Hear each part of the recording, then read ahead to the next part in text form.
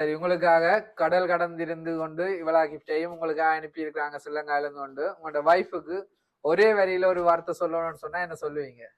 Thanks தான் சொல்லுவேன். வணக்கம் அண்ணா. வணக்கம். வணக்கம். காதலர் தின வாழ்த்துக்கள் உங்களுக்கும். உங்களுக்கு இந்த பேர்? நயன்தான். ஓகே, நாங்கள் எம்ஆர் சர்ப்ரைஸ் கிஃப்ட்லேருந்து வரோம். உங்களுக்கு காதலர் தின வாழ்த்துக்கள் தெரிவித்து ஒரு சில கிஃப்ட் வந்திருக்குது. யார் அனுப்பியிருப்பாங்க? ஸ்ரீலங்காவில் தான் வந்திருக்கு. ஸ்ரீலங்காவிலேருந்தா? ஸ்ரீலங்காவிலேருந்து யார் எல்லாம் அனுப்பியிருக்கலாம்?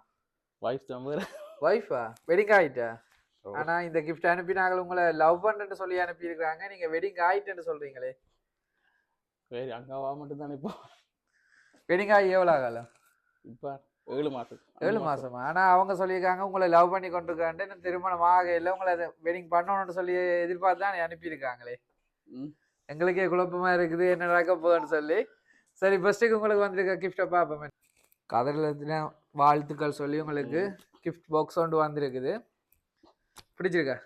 ஓ சரி, இப்போ சொல்லுங்க, யார் அனுப்பியிருப்பாங்க? வைஃப் தான். ஆனால் வைஃப்ன்ட்டு அவங்க சொல்லல, அவங்க உங்களோட எதிர்காலத்தில் இணைஞ்சு வாழணும்னு விரும்பி அனுப்புறதா சொல்லியிருக்காங்க. நீங்கள் வைஃப்ன்ட்டு சொல்கிறீங்க, ரொம்பவே குழப்பமா இருக்கு.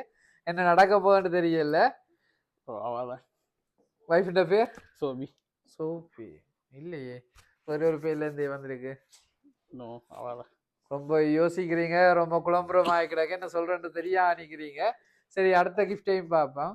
அதோட உங்களுக்கு ஒரு லெட்டர் ஒன்று வந்திருக்குது. சில லவ் லெட்டரோ தெரியல, ஓப்பன் பண்ணி பாருங்க என்ன எழுதியிருக்கேன்னு சொல்லி.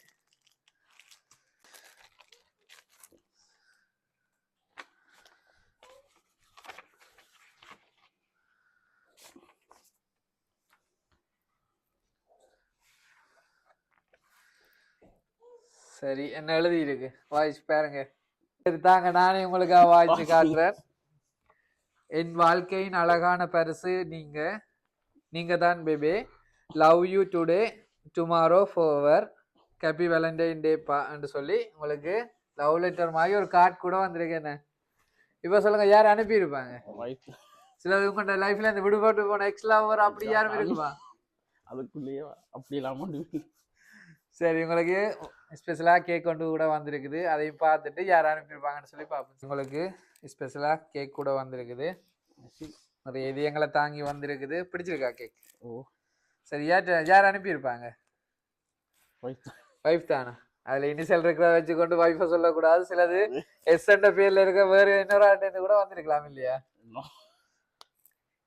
சரி, யார் அனுப்பியிருப்பாங்க ஃபைனலாக சொல்லுங்க. சோபி.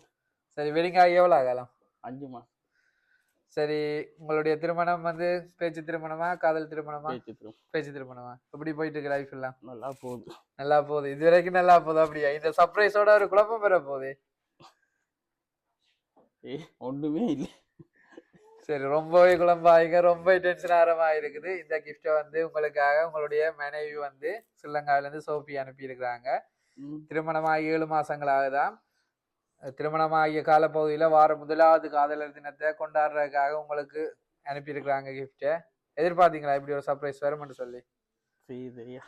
அதுவும் இல்லாமல் உங்களுக்கு செய்கிற முதலாவது சர்ப்ரைஸாக வடிவா செய்யுங்க, திருப்தியாக செய்யுங்கன்னு சொல்லியிருக்கிறாங்க.